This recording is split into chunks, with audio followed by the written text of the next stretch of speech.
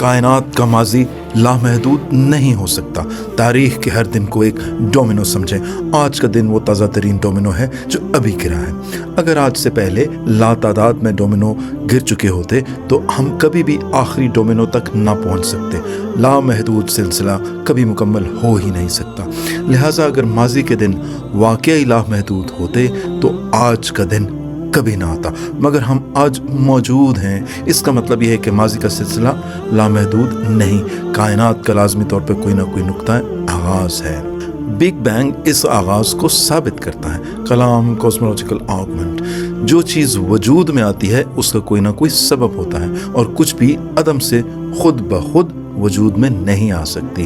अब जबकि ये साबित है कि कायनात की इब्तिदा हुई तो सवाल यह है कि इसे किसने पैदा किया। जदीद कायनात की तहकीक बताती है कि कायनात बढ़ रही है, फैल रही है, जबकि इसके फैलाव को अगर रिवाइंड किया जाए तो हम एक छोटे से नुक्ता आगाज़ तक पहुंच जाते हैं जिसमें मैटर, मादा, तवानाई, खला, स्पेस, टाइम सब कुछ वजूद में आया। तमाम साइंसदान इस बात पर मुत्तफिक हैं कि कायनात अज़ल से मौजूद नहीं थी।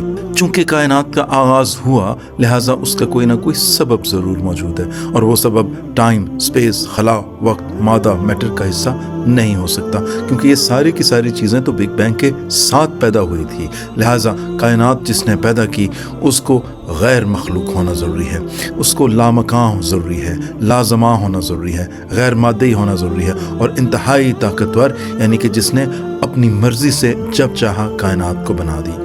यही वो सारी की सारी सिफात हैं जिन्हें हम खुदा के साथ मंसूब करते हैं। मंतक भी इसी तरफ इशारा करती है, साइंस भी इसी की ताकीद करती है और कायनात का वजूद भी इसी हकीकत की गवाही देता है कि किसी न किसी ने इस कायनात को बनाया।